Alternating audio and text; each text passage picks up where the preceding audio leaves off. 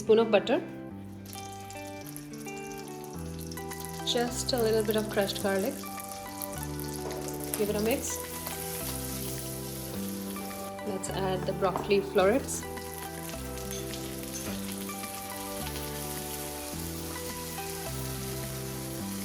Mix it, making sure we coat the florets with butter and garlic.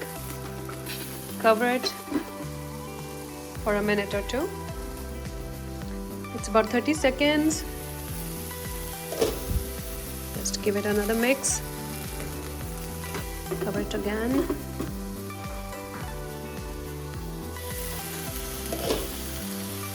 Looks good. We'll add some salt to it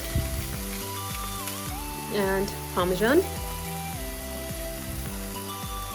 And it's ready.